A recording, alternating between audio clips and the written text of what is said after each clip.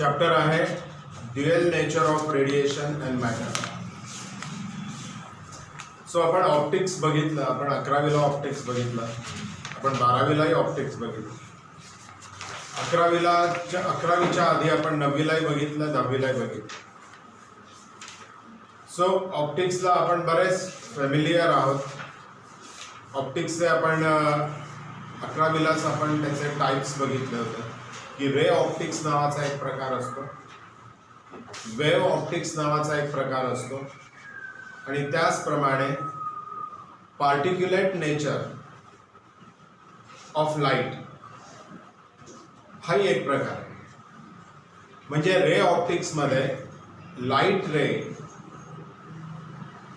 हा रे फॉर्म मध्येच आपण अभ्यास करतो त्याचा. म्हणजे रे तुम्हाला माहित आहे की आपण जेव्हा एक हा सोर्स आहे आणि या सोर्स पासून एक रे जातो, त्या रेची आपण डायरेक्शन दाखवतो आणि तो त्या डायरेक्शन मध्ये चाललेला आहे असं आपण गृहीत धरतो. सो या अशा पद्धतीच्या ॲरोज काढून, ॲरोज दाखवून आपण ज्या ज्या काही गोष्टी आपण प्रूव्ह करतो, ज्या गोष्टींचा अभ्यास करतो, ज्या फेनॉमेननचा अभ्यास करतो, त्या सगळ्या काय आहेत रे ऑप्टिक्समध्ये बोलणार आहेत. म्हणजे या प्रकारच्या ऑप्टिक्समध्ये आपण लाईट हा रेच्या फॉर्ममध्ये आहे असं आपण गृहीत करतो आणि मग आपण गोष्टी पुढे नेतो, मग त्याचा अभ्यास करतो, मग त्याच्या प्रॉपर्टीज बघतो, मग त्याच्यातनं कन्क्लुजन्स काढतो. दुसरा प्रकार आहे ऑप्टिक्सचा वेव्ह नेचर. म्हणजे लाईट हा वेव्हच्या फॉर्ममध्ये आहे असंही आपण गृहीत धरतो आणि त्यासाठी आपल्याला वेव्ह आपण बघितली, आपण एक मोठा स्पेक्ट्रम बघितला. त्या स्पेक्ट्रम मधल्या सगळ्या वेव्स कुठल्या होत्या? इलेक्ट्रोमॅग्नेटिक वेव्स होत्या. स्पेक्ट्रम बघितला, स्पेक्ट्रम मध्ये किती टाइप्स बघितले आपण वेव्सचे? 7. त्या 7 मध्ये सगळ्यात मधला कुठला होता? Visible light. या विजिबल लाईटचा आपण अभ्यास करतो. त्याच्यामध्ये लाईटचा अभ्यास आपण वेव्ह म्हणून करतो. ओके. आणि त्याच्या संदर्भात मग तो वेव्ह म्हणून ऍक्सेप्ट एकदा केलं की त्या संदर्भात त्याच्या प्रॉपर्टीज बघितल्या जातात. त्या प्रॉपर्टीजचा अभ्यास करून मग आपण रिझल्ट ड्रॉ करतो. ते रिझल्ट जे आहे त्याचा अभ्यास आपण वेगवेगळ्या पद्धतीने करतो. आता तिसरा प्रकार आहे dual nature of light.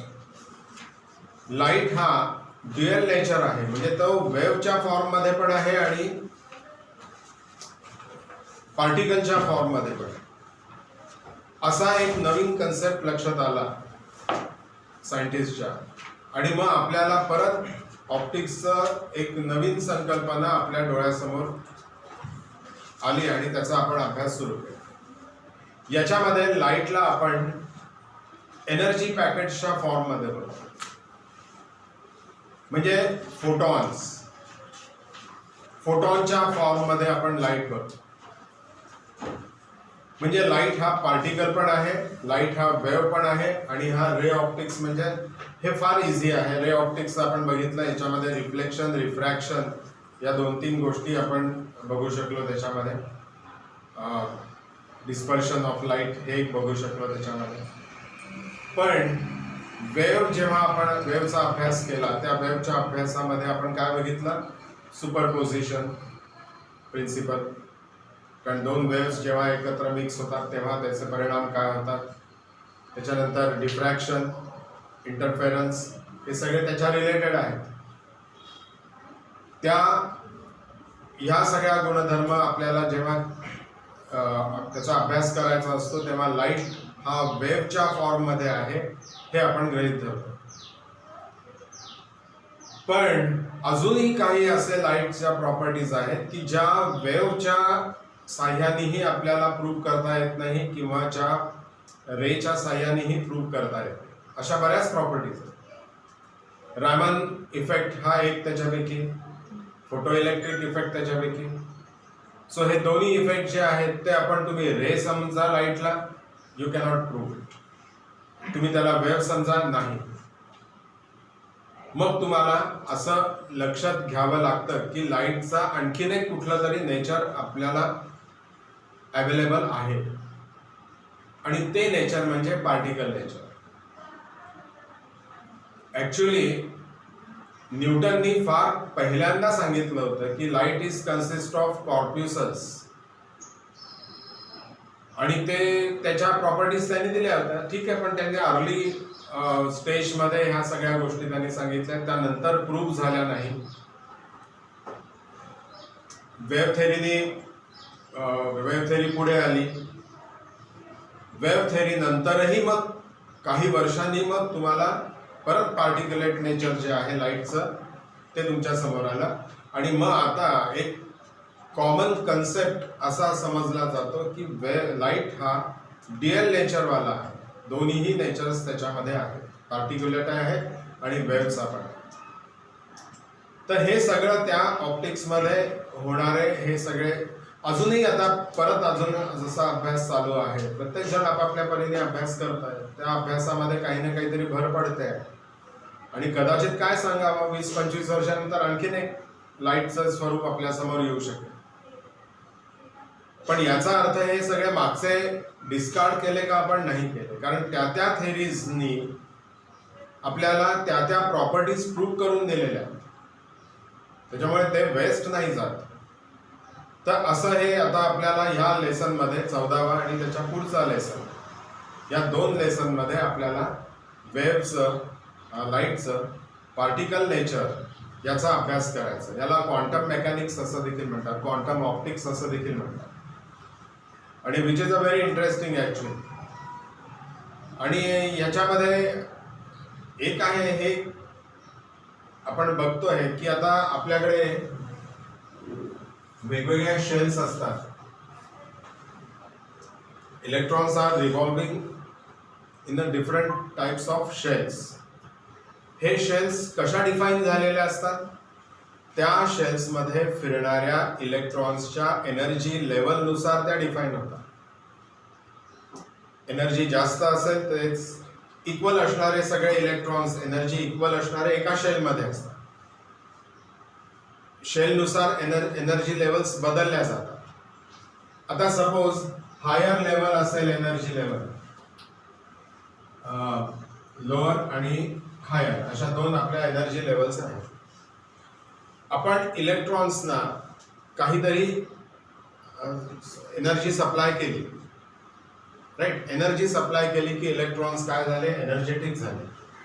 Energetic झाले की ते काय करतात, इथून जंप मारतात, हायर एनर्जी लेवलवर जाऊन पोहोचतात, कारण त्यांची एनर्जी वाढलेली असते. बरं, ते तिथे खूप वेळ असतात का, नाही, मायक्रो सेकंड्स पर्यंत असतात, आणि तिथून ते परत काय करतात, आपल्या ओरिजिनल लेवलवर येतात. इथून वर जातात एनर्जेटिक झाले की, आणि वरनं ते खाली येतात. खालून जेव्हा वर जातात तेव्हा आपल्याला एनर्जी सप्लाय करायला लागते, पण जेव्हा ते वरनं खाली येतात तेव्हा मात्र काय होतं, एनर्जी रेडिएट होते, बाहेर पडते. सो ही बाहेर पडणारी जी एनर्जी आहे त्याला आपण रेडिएशन्स असं म्हणतो.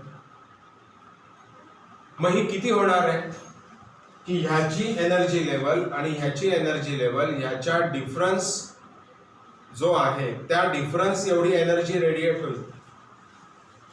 आणि मग हा प्रकार सगळा सर्रास चालू असतो. या लेवलवरचे वर जातील, ते खाली येतील, जास्त एनर्जी रेडिएट करतील, कारण डिफरन्स जास्त आहे. इथून गेला की आणखीन जास्त होईल. सो हे कसं आहे की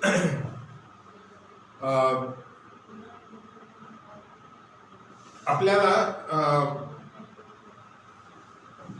आपल्या वर्गामध्ये मुलं असतात, हाय एनर्जी लेवलवाली मुलं आणि लो एनर्जी लेवल. दिवसभर आपल्या शाळेमध्ये त्या मधल्या सुट्टीमध्ये इंटरव्हेल जी असते त्या इंटरव्हेलमध्ये मग 15-20 मिनिटाची असते, अर्ध्या तासाची असेल फार तर, पण इतकी कुदळतात ती ग्राउंडवर की त्याच्यानंतर जेव्हा ती वर्गात येतात तेव्हा त्यांची एनर्जी लेवल डाऊन झालेली असते आणि मग कुठेतरी मागे एका कोपऱ्यात बसायचं आणि मग छान आरामात झोप काढायची आणि एनर्जी गेन करायची, असं त्यांचा एक तो मोटो असतो. तीच पहिल्या हाफमध्ये तुम्हाला ती फार एनर्जेटिक दिसते, पण आता ही एनर्जी लॉस होणं किंवा एनर्जी गेन करणं हे त्या प्रत्येक इंडिव्हिज्युअल मुलावर अवलंबून असतं, किती एनर्जी घ्यायची आणि किती एनर्जी लूज करायची. सकाळी चांगले जर चेपून ब्रेकफास्ट वगैरे सगळं व्यवस्थित चेपून आले ते की त्यांची एनर्जी हाय लेवलची असते, मग ते चांगले गोंधळ घालू शकतात. राईट. एखादा मुलगा आजारी असेल, ताप आलाय त्याला वगैरे, तर मग त्याची एनर्जी लेवल थोडीशी लो असते, मग तो कम्पॅरेटिव्हली गोंधळ घालत तो शांत बसून असतो. सो हे ती मुलं कशी ठरवत असतात, तसं या इलेक्ट्रॉन्समध्ये पण याच पद्धतीचं वर्क होत असतं. आणि बाहेर पडणारी जी एनर्जी असते दॅट इज व्हेरी इम्पॉर्टंट, कारण ते आपल्याला रेडिएशन मिळवून देते. हे रेडिएशन जर आपल्याला त्याची एनर्जी बघायची आहे, या रेडिएशनची एनर्जी किती आहे, तर which is equals to NHV. So energy is equals to small n nu. Actually V आपल्याला दिसायला व्ही दिसतं ते, पण इट इज अ नू. हे सिम्बॉल हा फ्रिक्वेन्सीसाठी आहे, हा आहे प्लँक्स कॉन्स्टंट, आणि हे नंबर ऑफ इलेक्ट्रॉन्स, किती इलेक्ट्रॉन्स आहेत त्याच्यावर ते नंबर आहे. सो आपल्याला एनर्जी या इक्वेशनने मिळते की किती अमाऊंटची एनर्जी बाहेर पडलेली आहे. आणि हे अशा पद्धतीने असे हे जम्पिंग जे आहे, हे जम्पिंग कसं होतं, कशा पद्धती आपण कुठल्या पद्धतीची एनर्जी त्यांना प्रोव्हाइड करतो, तर सिंपल रेडिएशन्सवर ची एनर्जी देखील त्यांना सफिशियंट होऊ शकते जम्पिंग करण्यासाठी. म्हणजे तुम्ही अल्कलाईन अर्थ मेटल्स घेतले, तुमच्या लॉग टेबलमध्ये अर्थ मेटल नावाचा एक प्रकार असतो, त्यातले जर घेतले तर तुम्हाला साधा लाईट जरी पडला तरी त्याच्यामधल्या इलेक्ट्रॉन्सना ते एनर्जेटिक होतात आणि एनर्जेटिक झाल्यानंतर ते जम्पिंग करतात. बरं, साधा लाईट याच्यामध्ये काय असतं, तर साध्या लाईटमध्ये फोटॉन्स असतात. फोटॉन्स काय असतात, तर ते एनर्जी पार्टिकल्स असतात. सो फोटॉन्स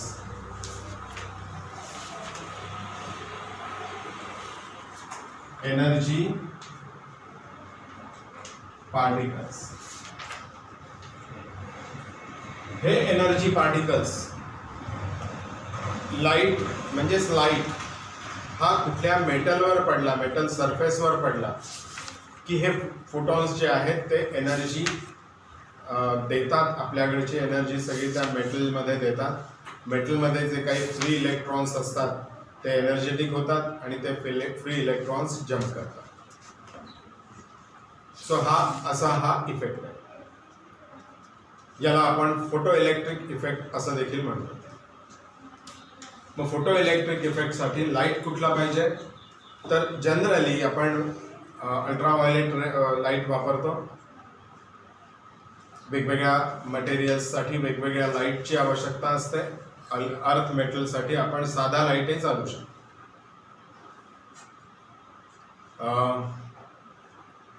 तर हे सगळे प्रकार जे आहेत लाईटचे, ह्या प्रकारांमध्ये आपल्याला फोटो इलेक्ट्रिक इफेक्ट हा मिळू शकतो. आता पहिला अभ्यास आपल्याला काय करायचा आहे, तर ह्याच फोटो इलेक्ट्रिक इफेक्टचा. फोटो इलेक्ट्रिक इफेक्ट मिळण्यासाठी आपल्याला कशाची गरज असते, तर सुटेबल मेटल. हे सुटेबल मेटल म्हणजे कुठलं पाहिजे, आयदर झिंक आहे, कॅडमियम आहे, मॅग्नेशियम आहे, यापैकी कुठलंही चालू शकते. किंवा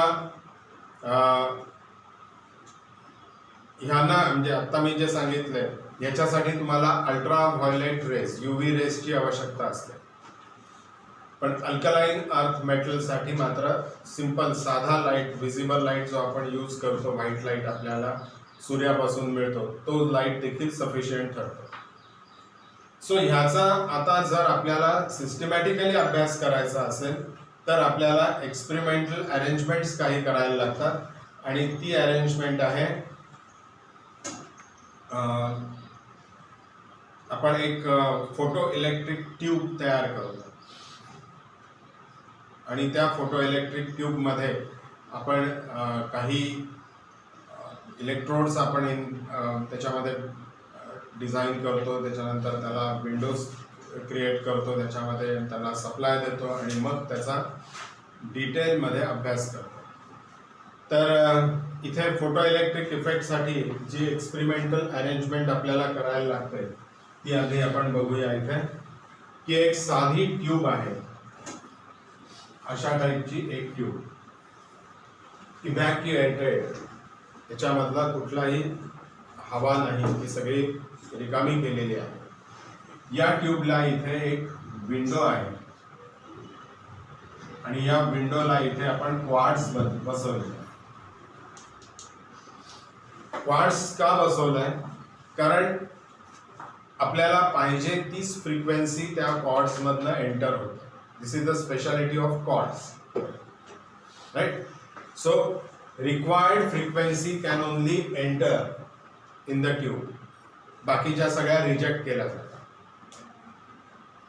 सो याला आपण क्वार्ट्स विंडो. क्वार्ट्स काय प्रकार आहे? तर सिलिकाचं ते क्रिस्टलाइन फॉर्म आहे. सिलिकाचा क्रिस्टलाइन म्हणजे वाळू, सिलिका म्हणजे वाळू, त्याचा क्रिस्टलाइन फॉर्म म्हणजे क्वार्ट्स. म्हणजे अजिंठ्याला जर तुम्ही व्हिजिट करायला गेलात तर तिथे ज्या दगडी असे दगड ठेवलेले असतात वेगवेगळ्या रंगाचे, जांभळा, हिरवा, कधी कधी ब्राईट व्हाईट पण असतो, तर त्या दगडांमध्ये जे क्रिस्टल्स असतात ते सगळे क्वार्ट्स होतात. आपल्याकडे पर्टिक्युलरली या एरियामध्ये सातमाळा म्हटलं, अजिंठ्याचे डोंगर जे आहेत त्या एरियामध्ये हे असे क्रिस्टल्स बऱ्याच मोठ्या प्रमाणात सापडतात. तर हा क्वार्ट्सची विंडो आहे. त्याच्यानंतर इथे आपण एमिटर प्लेस केलेलं आहे आणि त्या एमिटरच्या अपोजिट म्हणजे हे इलेक्ट्रोड्स आहेत, इथे आपण कलेक्टर केले, एमिटर आणि कलेक्टर. आणि या एमिटर कलेक्टरला आपण जे सर्किट जोडलेलं आहे ते सर्किट आहे कम्युटेटर सर्किट. Commutator circuit. आणि या कम्युटेटर सर्किट मधनं जो करंट फ्लो होतो तो मेजर करण्यासाठी आपल्याला तिथे अमीटर पण जोडावा लागतो. सो मायक्रो अमीटर ते जोडलेलं आहे. कारण हा जो करंट आहे हा इतका वीक असतो, इतका स्मॉल अमाऊंट मध्ये असतो की त्याला आपल्याला नॉर्मल अमीटर जोडून काही तो येतच नाही, त्याच्यामध्ये डिफ्लेक्टच होत नाही तो डाटा. मग त्याच्यासाठी आपल्याला मायक्रो अमीटर जोडायला लागतो. म्हणजे मायक्रो एम्पियर मधला देखील करंट जो आहे तो आरामात मेजर करता येतो. सो या पद्धतीची त्याची अरेंजमेंट आहे. कम्युटेटर सर्किट मध्ये काय करता येतं आपल्याला की व्होल्टेजेस चेंज करता येतात. कारण याला आपण बॅटरी सप्लाय दिलेला आहे या एमिटर आणि कलेक्टरला. पोटेन्शियल डिफरन्स आहे त्याच्यामध्ये आणि पोटेन्शियल डिफरन्स असल्यामुळे ते पोटेन्शियल डिफरन्स मध्ये वेगवेगळ्या स्टेप्स आपल्याला अचीव करता येतात. That is because of commutator circuit. कारण त्या सर्किटमध्ये जर तुम्ही बघितलं तर एक रेव्होस्टॅट लावलेला आहे. रेव्होस्टॅट म्हणजे व्हेरिएबल रेझिस्टर. आणि व्हेरिएबल रेझिस्टरच्या साहाय्याने तुम्ही डिफरंट व्होल्टेजेस तुम्ही चेंज करू शकता. कोणाचे? तर कलेक्टर प्लेटचं व्होल्टेज आपण चेंज करताय. ओके. सो ही झाली अरेंजमेंट. ह्या काय असतात, एमिटर आणि कलेक्टर ह्या प्लेट्स, मेटल प्लेट्स असतात, सुटेबल मेटल प्लेट्स, ज्याला आपल्याला आता इथे रेडिएशन दिलं आपण तर हे रेस कुठे येतील, सगळे या विंडोज मधनं या प्लेटवर येतील. या प्लेटवर आले की प्लेट मध्ये hν जेवढ्या एनर्जीचे फोटॉन्स येऊन पडतील. एका फोटॉन मधली एनर्जी किती असते, hν. इथे मी काय बघितलंय, Nhν. n म्हणजे नंबर ऑफ घेतल्या, किती नंबर आहेत त्याच्यानुसार, पण हा n जर काढून टाकला तर hν राहील, फक्त ते सिंगल फोटॉन मध्ये असणारी एनर्जी आहे. सो ती एनर्जी याच्यावर येते, याच्यामधले इलेक्ट्रॉन्स एनर्जेटिक होतात आणि एनर्जेटिक झाल्यानंतर ते सरफेसवरनं जम्प करतात आणि जम्प करून ते अर्थात कुठे जातील, तर ते कलेक्टरकडे. कारण कंपॅरेटिव्हली कलेक्टर हा निगेटिव्ह असतो, निगेटिव्ह पोटेन्शियल त्या ठिकाणी दिलेलं आहे. आपल्याला त्याचे पोटेन्शियल्स पण चेंज करता येतात बरं, पॉझिटिव्ह आणि निगेटिव्ह, राईट. आता बघा तुम्ही की इलेक्ट्रॉन्स कुठले आहेत, चार्ज इलेक्ट्रॉन्सवर निगेटिव्ह, ते अट्रॅक्ट कुठे होऊ शकते, पॉझिटिव्हकडे. मग आता कलेक्टर आपल्याला इनिशियली कसा ठेवावा लागेल, पॉझिटिव्ह. पॉझिटिव्ह ठेवला तर हे इलेक्ट्रॉन्स अट्रॅक्ट करते. म्हणजे ह्याला ऍक्सलरेटर व्होल्टेज असं देखील म्हणतो, कारण व्होल्टेज जर आपण पॉझिटिव्ह व्होल्टेज वाढवत गेलो इथलं तर जास्तीत जास्त इलेक्ट्रॉन्स खेचले जाते कलेक्टरकडे आणि आपल्याला करंटही जास्त मिळेल, कारण जास्त इलेक्ट्रॉन्स कलेक्ट केले त्या कलेक्टरने की व्होल्टेजही आपल्याला जास्त मिळतं, बरोबर आहे. म्हणजे आता ही सिस्टीम कशी होणार आहे की इलेक्ट्रॉन्स इकडनं इकडे जाणार, कलेक्टर मधनं ते सर्किटमध्ये जातात, सर्किटमध्ये तुम्हाला किती करंट मिळाला आहे ते तुम्हाला दिसून.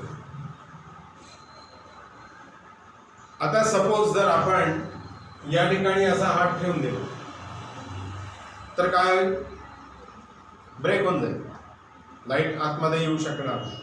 तो लाईट आतमध्ये आला नाही तर या मेटल प्लेटला एनर्जी मिळेल का, नाही. त्याच्यामुळे इलेक्ट्रॉन्स जम्प होणार नाही आणि तुम्हाला त्या ठिकाणी इमिजिएटली करंट बंद झालेला दिसून. So it is a instantaneous process. as soon as you remove your hand, immediately the current will start flowing. तुम्ही जसा हात काढून टाकाल तसा करंट फ्लो व्हायला लागेल, जसा हात तुम्ही ठेवला करंट इमिजिएटली बंद. सो त्याच्यामध्ये टाइम लॅग प्रकार नाही, पण इमिजिएटली होतं. I think it is 10⁻⁻⁹ seconds मध्ये तुम्हाला इलेक्ट्रिक करंट मिळायला लागतो, राईट. जसा तुम्ही त्याला एक्सपोज करता किंवा त्याला तुम्ही लाईट देता त्या मेटलला तसं. सो हे या पूर्ण ट्यूबचं वर्किंग हे अशा पद्धतीने चालतं. आता आपण मग याच्या कशा काय करतो, याच्या आपण वेगवेगळ्या केसेस आपण त्याचा अभ्यास करतो. म्हणजे आता मी माझा पोटेन्शियल वाढवत नाही, पॉझिटिव्ह साईडला वाढवत नाही. मला काय ऑब्झर्व झालं, मॅक्सिमम करंट देखील माझा वाढत गेला. त्याचं कारण कलेक्टरने जास्त इलेक्ट्रॉन्स कॅच केले आणि करंट वाढला. मी जर निगेटिव्ह साईडला केलं, जसं हा कलेक्टर निगेटिव्ह होत जातो तसं काय करेल, तो इलेक्ट्रॉन्सना रिपेल करेल. तो अट्रॅक्ट नाही करणार, रिपेल करेल, कारण इलेक्ट्रॉन्स हे निगेटिव्ह, हाही निगेटिव्ह. मग त्यांना आलेच नाही, ते कलेक्टच केलं नाही त्या कलेक्टरने, तर तुम्हाला करंटही मिळणार नाही. करंट परत काय होईल, झिरो होईल, राईट. तुम्ही या लाईटची फ्रिक्वेन्सी वाढवत गेला, त्या लाईटची इंटेन्सिटी वाढवत गेला. सो प्रत्येक वेळेस तुम्हाला असं दिसेल की आपल्याला करंटच्या वेगवेगळ्या व्हॅल्यूज मिळालेल्या आहेत. सो हा अभ्यास करायचा म्हणजे मग आपल्याला ड्युअल नेचर ऑफ रेडिएशनची सुरुवात आपल्याला करता. की हे कशा पद्धतीने तो आपण करू शकतो अभ्यास. आणि हा अगदी सोपा आहे.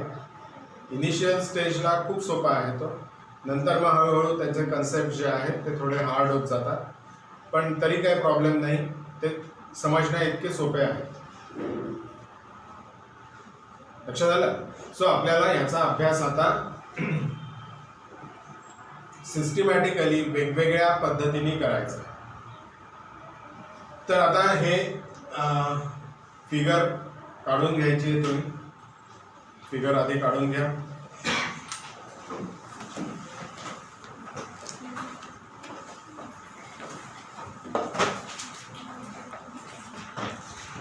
ठीक आहे, आता आपण याचे त्याच्या प्रॉपर्टीज कशा व्हेरी होतात त्या बघूया. Number 1,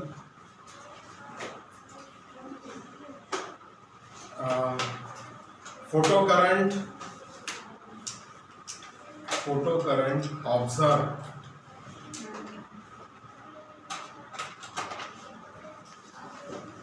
only if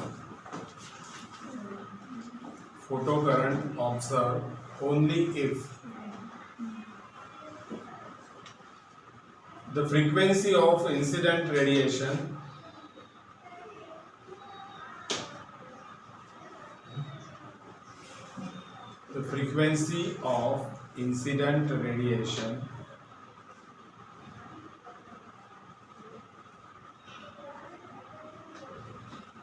is more than certain value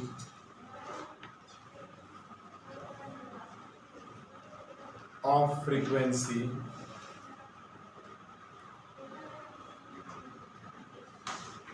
is called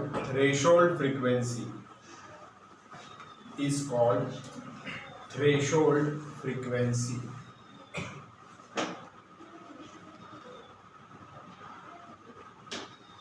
आता याच्यामध्ये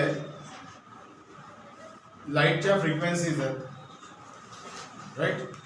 ही फ्रिक्वेन्सी जी आहे ती आपण या क्वार्ट्ज विंडोमधनं आतमध्ये अलाव केली. इमिजिएटली तुम्हाला अलाव केल्या करंट मिळणार नाही. ही फ्रिक्वेन्सी एका सर्टन फ्रिक्वेन्सी रेंजच्या पुढे गेली, सर्टन फ्रिक्वेन्सी व्हॅल्यूच्या पुढे गेली कीच तुम्हाला त्या ठिकाणी फोटो करंट मिळालेला दिसून येईल. लक्षात येत आहे? या सर्टन फ्रिक्वेन्सीला आपण थ्रेशोल्ड फ्रिक्वेन्सी, म्हणजे आता हा जो इन्सिडेंट लाईट आहे हा किती फ्रिक्वेन्सीचा पाहिजे आपल्याला फोटो इलेक्ट्रिक करंट मिळण्यासाठी, तर which must be greater than threshold frequency. या थ्रेशोल्ड फ्रिक्वेन्सीला आपण न्यू झिरो असं म्हणतो. म्हणजे आता या इन्सिडेंट लाईटची फ्रिक्वेन्सी ग्रेटर पाहिजे, greater than threshold frequency. Threshold frequency पेक्षा कमी फ्रिक्वेन्सी वाला लाईट जर तुम्ही इथे इन्सिडेंट केला तर तुम्हाला करंट मिळणार नाही, फोटो करंट मिळणार नाही. लक्षात येत आहे का? मिनिमम तुम्हाला तेवढी त्याच्यापेक्षा जास्त फ्रिक्वेन्सी देणं गरजेचं असतं. त्यापेक्षा कमी फ्रिक्वेन्सी अजिबात चालत नाही. Second point,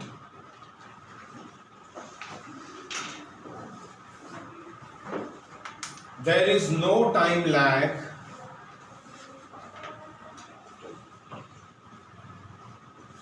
between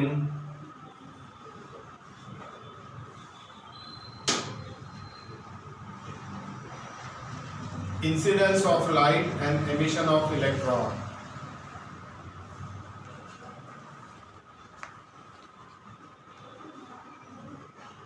Incidence of light and emission of electron. जसा तुम्हाला लाईट सुरू होतो तसं इमिजिएटली, आता आपण एक्सप्लेन करून मी तुम्हाला याच्या आधी सांगितलंच की त्याच्यामध्ये टाइम लॅग नसतो. कितीचा टाइम लॅग असतो? विच इज 10⁻⁻⁹ सेकंड्स एवढा टाइम लॅग असतो. Third,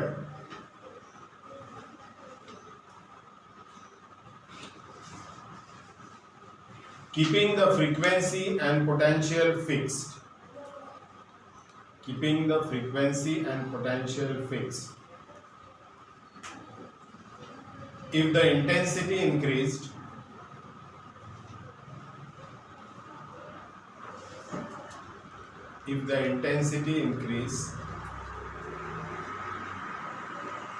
the photocurrent also increase linearly.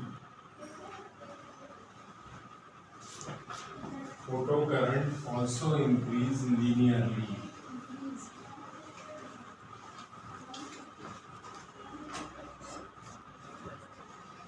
So आता आपण इथे ग्राफिकली हे आपल्याला सांगता येतं. फोटोकरंट आहे I,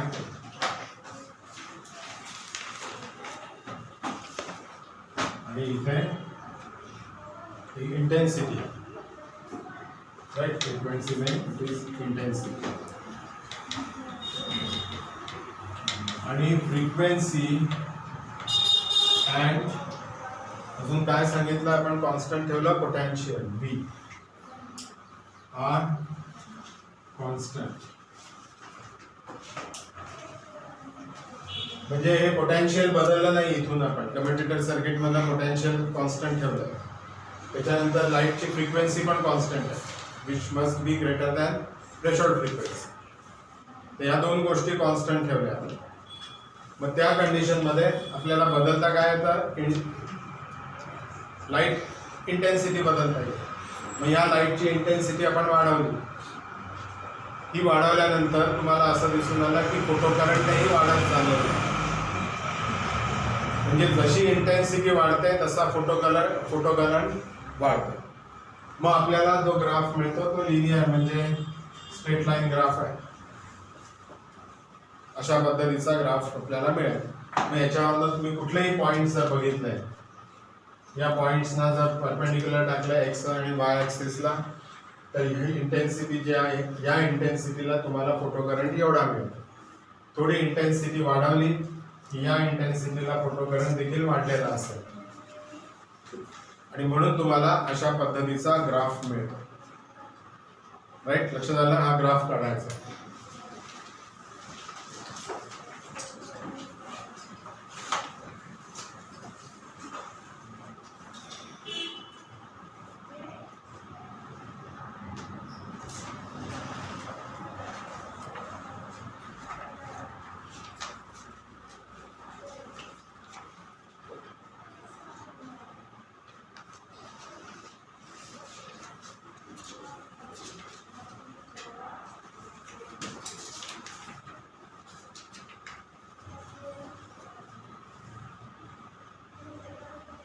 नेक्स्ट घ्या,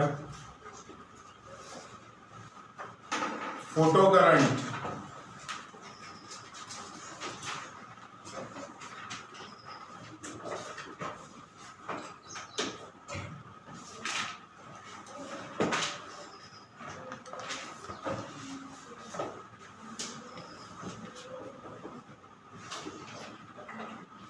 Can also change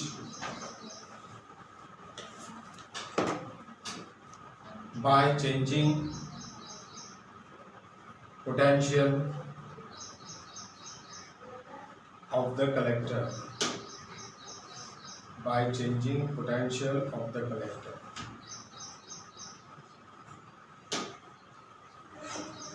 In this case, intensity and frequency. In this case, intensity and frequency are kept constant.